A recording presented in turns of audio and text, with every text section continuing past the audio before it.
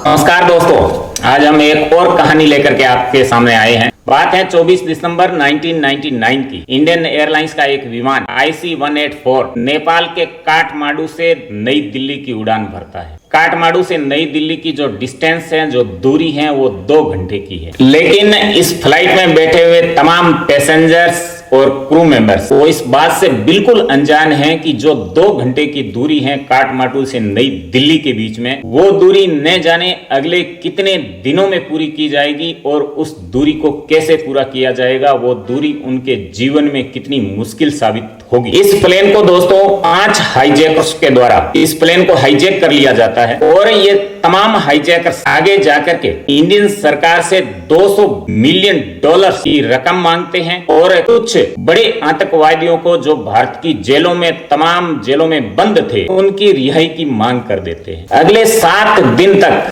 पूरा देश और उन यात्रियों के परिजन इस पूरे हंगामे को, इस पूरे हाईजैकिंग के इस घटनाक्रम को टेलीविजन पर टकटकी लगाए हुए देख रहा था। तो दोस्तों, आज हम उसी हाईजैकिंग को समझेंगे, उसी हाईजैकिंग की कहानी आपके सामने लेकर के आएंगे। आखिर कहां भारत की सरकार को मौका मिला था उस हाईजैकिंग किए हुए विमान को छुड़वाने का, लेकिन कहीं न कहीं किसी न कारणवश वो संभव ना हो पाया। दोस्तों, काठमांडू से दिल्ली आ रहे इस विमान में 11 क्रू मेंबर थे और 179 पैसेंजर थे जो दिल्ली की यात्रा पर। इस फ्लाइट के टेक ऑफ होने के कुछ देर बाद ही जो तमाम पैसेंजर थे फ्लाइट में, उनको क्रू मेंबर की ओर से खाना सर्व किया जा रहा है। जब पैसेंजर को खाना सर्व हो चुका था, पैसेंजर खाना खाने में मशगूल थे, उसी वक्त 4 मास्क पहने हुए लोग खड़े होते हैं और वो फ्लाइट का स्पीकर लेकर के, रेडियो लेकर के अनाउंस करते हैं। उस पायलट के मेन कैप्टन थे देवी शरण, उनको गन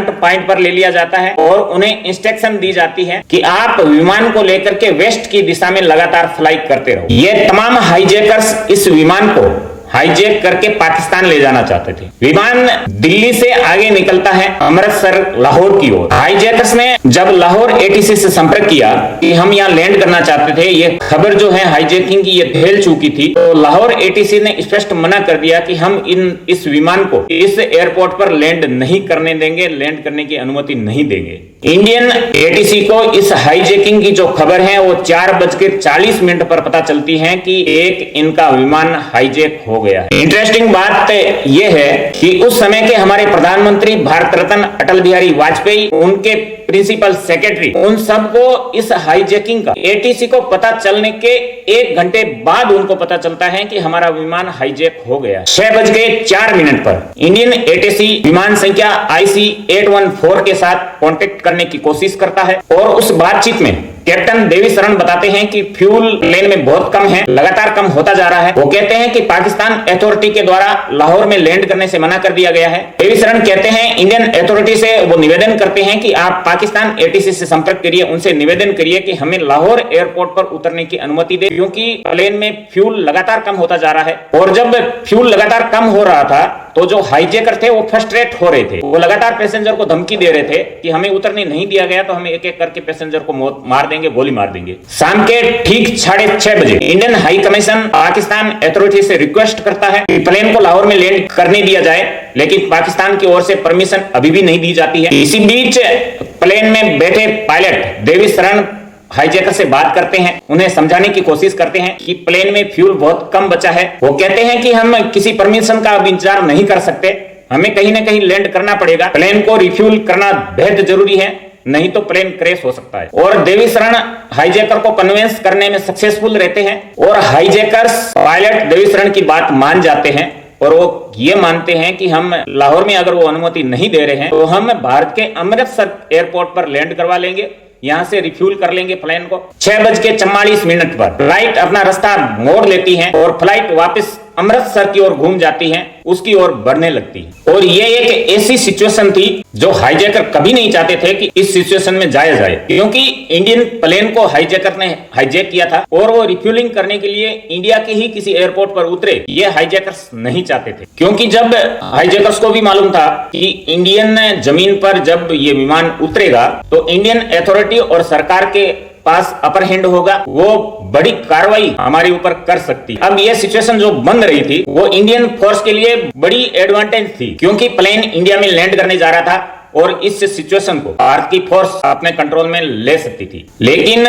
आगे जो होता है वो अब तक का बहुत ही ऐतिहासिक ब्लंडर साबित हो। क्या ऐसी गलती कर बैठती है इंडियन अथॉरिटी? कहते हैं कि गलती एक नहीं कई गलतियां हो जाती। शाम को 7 बजे ये हाईजैक की हुई फ्लाइट IC-814 भारत के अमृतसर एयरपोर्ट पर लैंड करती है और निवेदन किया जाता है ATC से कि हमारी इस प्लेन को रिफ्यूलिंग की जाए। कमाल की बात यह है कि उस समय पंजाब के जो DGP थे उन्हें महज 1 घंटे पहले पता चलता है कि प्लेन हाईजैक हो चुका है, अमृतसर के ऊपर उड़ रहा है, प्लेन में फ्यूल बहुत कम है और उसे हो सकता है हाईजैकर्स अमृतसर के हवाई अड्डे पर लैंड करवा दे। और यह भी खबर किसी अथॉरिटी के बंदे के द्वारा नहीं मिलती है, बल्कि टीवी चैनलों के द्वारा उन्हें मिलती है। जब एयरपोर्ट पर विमान लैंड कर चुका होता है, 5 मिनट का समय निकलता है, 10 मिनट गुजरते हैं, 15 मिनट गुजरते हैं, अभी तक रिफ्यूलिंग नहीं होती है। और जब यह समय लगातार निकलता जा रहा था तो हाईजैक्स को लगा कि यहाँ कुछ न कुछ इंडियन अथॉरिटी के द्वारा गड़बड़ की जा सकती है। वो फर्स्ट रेट में आ जाते हैं और वो कहते हैं कि बहुत हुई हाईजैक रिफ्यूलिंग, हम यहाँ से उड़ान भरेंगे, आप यहां से टेक ऑफ करिए। और हाईजैकर्स एक सतनाम सिंह पैसेंजर पर हमला कर देते हैं और उन्हें काफी चोट लगती है। उधर पायलट देवी शरण लगातार इंडियन अथॉरिटी से निवेदन करते हैं कि हाईजैकर फ्रस्ट्रेट हो रहे हैं, आप जल्दी से रिफ्यूलिंग करिए। लगभग 40 मिनट का समय हो जाता है। 7:45 पर क्राइसिस मैनेजमेंट ग्रुप एक प्लान बनाता है और पंजाब पुलिस को ऑर्डर देता है। वो कहते हैं कि हम जब रिफ्यूलिंग करेंगे प्लेन की तो जो तेल लेकर के टैंकर जाएगा, क्यों ना हम पंजाब पुलिस के कमांडो उस टैंकर में छिपा करके प्लेन तक भेज दे और वो वहां जाकर के प्लेन के टायर पंचर कर सके, जिसकी वजह से प्लेन वापस दोबारा से टेक ऑफ ना कर पाए। वहीं ATC के पास एक और प्लान होता है जिस पर भी वो काम कर रहे होते हैं। वो कहते हैं कि क्यों ना हम प्लेन के ठीक सामने एक तेल का टैंकर लेकर खड़ा कर दें, जिससे कि उनका रास्ता रुक जाए, रनवे रुक जाए, जिससे कि वो टेक ऑफ ना कर पाए। अब एक फ्यूल टैंक प्लेन की तरफ चलना शुरू कर देता है, लेकिन यहाँ पर जो फ्यूल टैंक लेकर के जो ड्राइवर जा रहा था वो बड़ी तेजी से प्लेन की ओर बढ़ रहा था। तो ATC वालों को लगा कि इतनी तेजी से अगर टैंकर प्लेन की तरफ जाएगा तो हाईजैक्स को कहीं ये ना लग जाए कि यहाँ कुछ गड़बड़ हो रहा है, यहाँ कुछ इंडियन अथॉरिटी कोई खेल खेलने की कोशिश कर रही है। ड्राइवर को बोला जाता है कि थोड़ी गाड़ी आप धीरे चलाइए। अब वो ड्राइवर इसे मिस कम्युनिकेशन कहें या कुछ और, वो कुछ और सुन लेता है और वो उस फ्यूल टैंकर को वहीं रोक देता है। और तमाम वो हाईजैकर्स और पायलट जो कैप्टन थे वो तमाम इस जो रनवे पर जो हरकतें हो रही थी उनको वो लाइव देख रहे थे अपनी आंखों से और वो सोच रहे थे कि आखिर ये हो क्या रहा है। ये सब देख करके हाईजैक फ्रस्ट्रेट हो जाते हैं और वो पायलट को प्रेशराइज करते हैं कि इस प्लेन को दोबारा से हवा में लिया जाए, दोबारा से उड़ाया जाए और जो फ्यूल टैंक प्लेन के सामने खड़ा है तो उसको टक्कर मारते हुए प्लेन को आगे बढ़ाया जाए। वो कहते हैं कि इसे इग्नोर करो, टक्कर मारो, जो करना है वो करो, लेकिन प्लेन को यहां से जल्दी से ऊपर लेके जाओ। प्रेशर में आकर के फिर से कैप्टन देवी शरण प्लेन को टेक ऑफ करने की तैयारी करने लग जाते हैं और जब वो रनवे पर टेक ऑफ करने की कोशिश में थे तो वो बाल बाल बचते हैं उस फ्यूल टैंकर से जो प्लेन के सामने खड़ा किया गया था। ऑलमोस्ट एक्सीडेंट हो ही गया था, बाल बाल बचा था, लेकिन नहीं होता है और उसके बाद प्लेन एक बार फिर से हवाओं में चला जाता है, आकाश में चला जाता है। 7:49 पर प्लेन हवा में चला जाता है और ठीक उसी वक्त NSG के कमांडो अमृतसर एयरपोर्ट पर पहुंचते हैं। तो ये जो मौका इंडियन अथॉरिटी को मिला था ये एन वक्त हाथ से निकल जाता है। NSG के कमांडो को कोई मौका ही नहीं मिल पाता है एक्शन लेने का। विमान अब दोबारा से आकाश में था। टेक ऑफ के समय कैप्टन ATC को मैसेज भेजते हैं कि हम सब मरने वाले हैं। वो कहते हैं कि वी आर ऑल डाइंग, हम सब मरने वाले हैं। और ये फ्लाइट एक बार फिर से पाकिस्तान की ओर मुड़ती है और पाकिस्तान की ATC से संपर्क किया जाता है। पाकिस्तान ATC एक बार फिर मना कर देती है कि हम किसी भी कीमत पर आपको लाहौर एयरपोर्ट पर लैंड नहीं करने देंगे। पाकिस्तान ATC को लग गया था कि प्लेन में फ्यूल है नहीं और हाईजैकर पायलट को प्रेशराइज करके जबरदस्ती लाहौर एयरपोर्ट पर लैंड करवाने की कोशिश करेंगे। इसलिए पाकिस्तान अथॉरिटी ने लाहौर एयरपोर्ट की सारी लाइटें बंद कर दी। जो भी सिग्नल थे, जो भी नेविगेशन लाइट से वगैरह थी, सभी टर्न ऑफ कर दी गई। अगर पायलट लैंड करवाना भी चाहे लाहौर एयरपोर्ट पर तो वो अंधेरे की वजह से, सिग्नल ना होने की वजह से वो लैंड ना करवा पाए। वहीं हाईजैकर्स का कैप्टन के ऊपर इतना प्रेशर होता है, वो कहते हैं कि हमें कोई फर्क नहीं पड़ता है कि रनवे आपको दिख रहा है नहीं दिख रहा है, क्या स्थिति है क्या नहीं है। हम केवल ये चाहते हैं कि आप इस प्लेन को लैंड करवाइए। धीरे धीरे फ्लाइट को देवीशरण नीचे की ओर लाते हैं। अचानक जब विजिबिलिटी थोड़ी कम होती है तब उन्हें महसूस होता है कि वो एक हाईवे पर प्लेन को क्रैश लैंडिंग कराने जा रहे हैं। उन्हें एक हाईवे दिखता है और यह देख करके कैप्टन एक फाइनल रिक्वेस्ट करते हैं पाकिस्तान एटीसी से। वो कहते हैं कि आपने अगर हमें अनुमति नहीं दी तो हम इस हाईवे पर क्रैश लैंडिंग कर जाएंगे। और ये सुन करके लाहौर एटीसी एग्री कर जाती है, वो अनुमति दे देती है और ठीक 8:07 पर ये प्लेन लाहौर एयरपोर्ट पर लैंड कर जाता है। वहीं जब इंडिया अथॉरिटी को मालूम चलता है तो इंडिया की ओर से पाकिस्तान से निवेदन किया जाता है कि प्लीज इस प्लेन को दोबारा से टेक ऑफ ना होने दिया जाए। इंडिया ये चाहता था कि इस्लामाबाद में बैठे भारत के कमिश्नर डी पार्थ सारथी को हाईजैकर से बात करने के लिए लाहौर भेजा जाए, वो उनके साथ नेगोशिएट करे और पाकिस्तान के इस लाहौर एयरपोर्ट पर फाइनली इस विमान को रिफ्यूलिंग किया जाता है और दोबारा ये प्लेन टेक ऑफ ना कर पाए तो रोकने के लिए लाहौर एयरपोर्ट की सारी लाइटें दोबारा से स्विच ऑफ कर दी जाती और पाकिस्तानी आर्मी के जो कमांडोज थे वो इस प्लेन को चारों ओर से घेर लेते। हाईजैकर्स के साथ पाकिस्तान फोर्सेज की ओर से नेगोशिएट करने की कोशिश की जाती है। पाकिस्तान फोर्स की ओर से उनसे कहा जाता है, निवेदन किया जाता है कि आप औरतें व बच्चों को रिलीज कर दें, लेकिन ये नेगोशिएशन फेल हो जाती है क्योंकि उनकी डिमांड बहुत हाई थी। उनकी डिमांड को फुलफिल नहीं किया जा सकता था। एक और पैसेंजर को रुपिन कटियार, उनके ऊपर हाईजैकर्स के द्वारा हमला किया जाता है लाहौर एयरपोर्ट पर। ये गुड़गांव के थे, अपनी वाइफ के साथ हनीमून पर गए हुए थे, वापस दिल्ली लौट रहे थे। आगे चल करके रुपिन कटियार का देहांत भी हो जाता है। पाकिस्तान अथॉरिटी का काम था कि इस्लामाबाद में बैठे इंडियन हाई कमिश्नर को हेलीकॉप्टर उपलब्ध करवाना जिससे कि वो जल्दी से जल्दी लाहौर पहुंच सके, लेकिन पाकिस्तान अथॉरिटी के द्वारा 3 घंटे लेट वो हेलीकॉप्टर प्रोवाइड किया जाता है। जब तक वो लाहौर पहुंचते हैं, हेलीकॉप्टर लैंड करता है, उन्हें मालूम चलता है कि IC-184 यहाँ से टेक ऑफ कर चुका है। ये कैसे पॉसिबल है? पाकिस्तान कहता है कि सारी लाइटें हमने ऑफ कर दी थी, प्लेन को चारों तरफ से कमांडोज ने घेर रखा था, फिर ये पॉसिबिलिटी कैसे हुई संभव प्लेन दोबारा से टेक ऑफ कर जाता है। ज्यादा इंफॉर्मेशन इसके ऊपर मौजूद नहीं है, लेकिन आगे अगर हम कहानी को और गहराई से जाने तो कुछ क्लू जरूर मिलते हैं इस कहानी से। IC-814 इसको अब लाहौर से ओमान की तरफ ले जाया जाता है। वहां भी इस प्लेन को लैंड करने की परमिशन नहीं मिलती है, रिजेक्शन मिलता है। अगला टारगेट इनका होता है दुबई। दुबई का एक एयरपोर्ट जहां पर ये हाईजैक्स उतरना चाह रहे थे। यहाँ पर प्लेन उतर जाता है, नेगोशिएशन चलती है।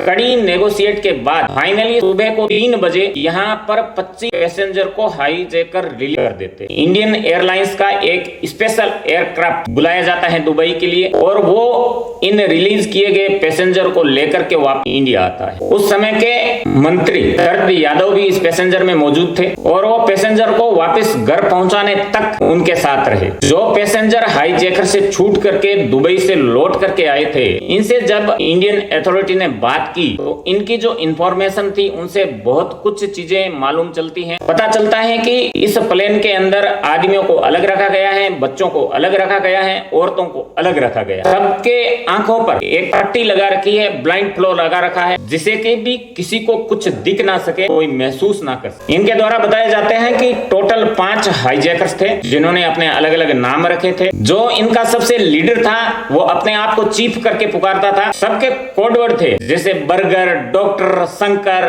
इस प्रकार के नाम इन्होंने अपने आप के रखे थे। ये इनके फर्जी नाम थे जो हाईजैकिंग के वक्त अपने एक दूसरे को बुलाने में इस्तेमाल कर रहे थे। आगे जाकर के इनके असली नाम भी हमें पता चलते हैं। ज्यादातर जो हाईजैकर्स थे वो पाकिस्तान से थे। कैप्टन और जो क्रू मेंबर थे, होस्टेस थी, वो बताते हैं कि जो कैप्टन हाईजैकर बर्गर था उन्होंने लोगों का दिल जीत लिया था। वो फ्लाइट में पैसेंजरों को गाना गाता, जोक सुनाता, उनके साथ में बातचीत करता। कुछ हाईजैकर इस तरह से बिहेव कर रहे थे। वहीं दूसरी ओर ये भी कहानियां आ रही थी कि पैसेंजर को खाना नहीं दिया जा रहा है, जो टॉयलेट है वो ओवरफ्लो हो चुके हैं, किसी प्रकार की कोई व्यवस्था है नहीं, पैसेंजर बहुत तकलीफ में। इस प्रकार की कहानियां लगातार चल रही। एक दिन बीत जाता है, अभी भी कुछ पैसेंजर के छोड़ जाने के बाद में बाकी के पैसेंजर प्लेन में मौजूद हैं। उनके लिए हालात बद से बदतर होते जा रहे हैं। दुबई से प्लेन दोबारा से टेक ऑफ टेकऑफ करता है और इस बार इसका जो डेस्टिनेशन है वो है अफगानिस्तान। दिन होता है 26 दिसंबर का 1999 का। सुबह के 8 बजे का समय होता है। एयरपोर्ट का नाम होता है कंधार एयरपोर्ट और ये इंडियन एयरफोर्स का IC-814 कंधार एयरपोर्ट पर लैंड करता है। जैसे ही प्लेन लैंड कर जाता है तो पहले से वहां मौजूद तालिबान अथॉरिटी ये कहती है कि हम मीडिएटर बनने के लिए तैयार हैं हाईजैकर्स और इंडियन सरकार के बीच में। सही सुना आपने, क्योंकि उस समय अफगानिस्तान में तालिबान का शासन था, तालिबान का राज। लेकिन भारत सरकार इस तालिबानी सरकार को कभी भी एक्सेप्ट नहीं किया था। अब भारत सरकार इस्लामाबाद के एक हाई कमिश्नर को कांधार भेजता है नेगोशिएट करने के लिए हाईजैकर से। अगले 6 दिन तक प्लेन में बैठे हुए यात्री यहीं इसी कंधार एयरपोर्ट पर रहते हैं। जो पैसेंजर प्लेन में थे उन्हें कोई अंदाजा नहीं था कि आगे क्या होने जा रहा है, क्या सरकार कदम उठाने जा रही है। उन तक किसी चीज को पहुंचने नहीं दिया जा रहा और इधर तालिबान के असली इंटेंशन पर भारत सरकार को शक होने लगता है, क्योंकि इस प्लेन को चारों तरफ से तालिबान के लोगों ने, तालिबान के लड़ाकों ने घेर रखा था, जिनके पास बड़े आधुनिक हथियार थे। और तालिबान का मानना था, उनका कहना था कि हमने ये जो सारा तामझाम कर रखा है वो हाईजैकर के अगेंस्ट कर रखा है। वो कहते हैं कि कोई भी हाईजैकर यहाँ पर यात्रियों से कोई अलग प्रकार का बिहेव ना करे, इसलिए हमने चारों तरफ से सिक्योरिटी बना के रखी है। लेकिन इंडियन अथॉरिटी का मानना था कि ये तालिबान ने सब इसलिए कर रखा था कि कोई भारत सरकार, भारत की आर्मी कोई एक बड़ा ऑपरेशन इसके खिलाफ ना कर सके, इसलिए पूरी तरह से इस हाईजैकिंग के हाईजैकर्स को तालिबान की ओर से सेफ्टी प्रदान की गई थी। अजीत डोभाल उस समय एक स्पेशल टीम का हिस्सा होते हैं। उन्हें उस समय भारत सरकार की ओर से कांधार भेजा जाता है हाईजैकर्स के साथ नेगोशिएट करने के लिए। सबका मानना था कि जो हाईजैकर्स थे उन्हें पाकिस्तान की एजेंसी ISI से फुल सपोर्ट मिल रहा था और उन्हें गारंटी किया जा रहा था कि जो भी हाईजैकर्स हैं उन्हें सेफ एग्जिट दिया जाएगा। लोगों का मानना था कि ISI अगर इन्वॉल्व ना होती तो इंडियन अथॉरिटी इस हाईजैकिंग के केस को रिजॉल्व कर सकती थी। दोस्तों साल 1999 वो साल है जिस साल भारत और पाकिस्तान का कारगिल जैसा युद्ध भी हुआ। प्रधानमंत्री अटल बिहारी वाजपेयी ने पीसफुल रिलेशन बनाने की अपनी ओर से पूरी कोशिश करी, लेकिन वो सक्सेस नहीं रहे। बहुत सारी चीजें हैं जो आज तक क्लियर नहीं है। आखिरकार जो काठमांडू एयरपोर्ट था वहां पर इतना बड़ा सिक्योरिटी ब्रिज कैसे संभव हुआ कि 5-5, 6-6 हाईजैकर हथियारों के साथ प्लेन में चढ़ जाते। अब जब नेगोशिएट आगे बढ़ती है तो जो हाईजैकर्स थे वो अपनी डिमांड बताते हैं $200 मिलियन, यानी 1650 करोड़ इंडियन रुपए उन्हें दिए जाए। और इसके साथ साथ वो भारत की विभिन्न जेलों में बंद 36 पाकिस्तानी खुंखार आतंकियों की रिहाई की डिमांड भी करते हैं। ये डिमांड बहुत ही आउट ऑफ रेंज थी, यानी इतनी सारी चीजें डिमांड की जा रही है, इतना ज्यादा पैसा मांगा जा रहा है, लेकिन भारत में एक अलग तरह का ही प्रेशर सरकार के ऊपर चल रहा था। 26 दिसंबर को इस हाईजैकिंग को लेकर के उस समय के विदेश मंत्री जसवंत सिंह एक प्रेस कॉन्फ्रेंस कर रहे थे और उस प्रेस कॉन्फ्रेंस में अचानक से कुछ लोगों की भीड़ घुस जाती है और ये लोग थे जो हाईजैकिंग हुई प्लेन में बैठे हुए यात्री थे, उनके परिजन। वो उस प्रेस कॉन्फ्रेंस में घुस करके कहते हैं जसवंत सिंह जी से कि जो भी हाईजैकर्स की डिमांड है उन्हें पूरी की जाए। हम चाहते हैं कि हमारे जो रिलेटिव हैं, हमारे जो चाहने वाले हैं वो हमारे बीच हो, हमारे परिवार वाले सुरक्षित हो। वो रेफरेंस देते हैं दिसंबर 1989 का, यानी कि 10 साल पहले का। उस समय के यूनियन मिनिस्टर मुफ्ती मोहम्मद शहीद की बेटी आतंकवादियों के द्वारा किडनैप कर ली जाती है और उस समय उन मिलिटेंट्स की मांगों को माना गया था और उनको छुड़ाने के लिए कई आतंकवादियों को रिलीज किया गया था। वो ये मांग करते हैं कि सरकार को कहते हैं कि जल्दी से जल्दी एक्शन लो और हमारे जो परिजन हैं उन्हें जल्दी से जल्दी उनके चुंगल से छुड़ा करके वापस भारत की भूमि पर लाया जाए। 27 दिसंबर 1999 को नेगोशिएट की एक टीम कंधार एयरपोर्ट पर पहुंचती है। विवेक काटजू के द्वारा इस टीम को लीड किया जा रहा था। उस समय वो मिनिस्ट्री ऑफ होम अफेयर के सेक्रेटरी थे।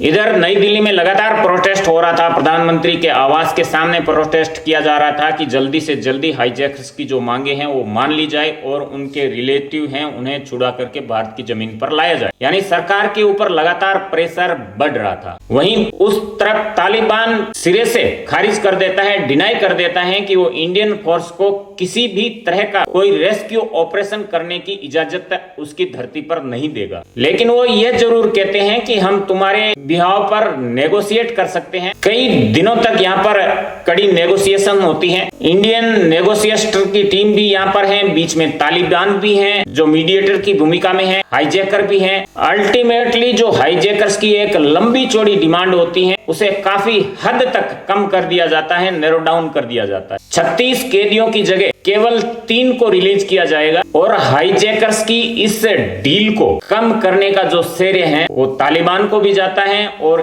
इंडियन नेगोशिएट की जो टीम थी उनको भी जाता। हाईजैकिंग के 5 दिन हो चुके थे, बाहर ये तमाम बातचीत चल रही थी, लेकिन प्लेन में बैठे हुए पैसेंजर को कुछ भी मालूम नहीं था कि बाहर क्या चल रहा था। वो लगातार अपने जीवन की उम्मीद खोते जा रहे। जो कैदी 3 जिसे छोड़ा जाना था उनमें 2 जम्मू में बंद थे, एक दिल्ली में बंद था। उन 2 जम्मू में बंद कैदियों को दिल्ली लाया जाता है प्लेन के द्वारा और उस समय के विदेश मंत्री जसवंत सिंह के साथ में बिठाकर एक फ्लाइट में कंधार भेजा जाता। दिन था 31 दिसंबर 1999। हाईजैकर्स की डिमांड सरकार के द्वारा सुन ली जाती है। 3 खूंखार आतंकवादियों को रिलीज कर दिया जाता है। वहीं दूसरी तरफ हाईजैकर्स भी प्लेन में बैठे हुए तमाम उन पैसेंजर्स को रिलीज कर देते हैं। जब ये सब चीजें हो रही थी तो इंडियन नेगोशिएट की जो टीम गई थी उनकी तरफ से ये समझा जा रहा था कि जो ये हाईजैकर्स हैं इनको तालिबान अथॉरिटी के द्वारा अरेस्ट कर लिया जाएगा, लेकिन ऐसा वो कुछ भी करते नहीं। तालिबान अथॉरिटी जो हाईजैकर्स थे और जो भारत से रिलीज होकर के जो आतंकवादी गए थे उन्हें एक गाड़ी में बिठा करके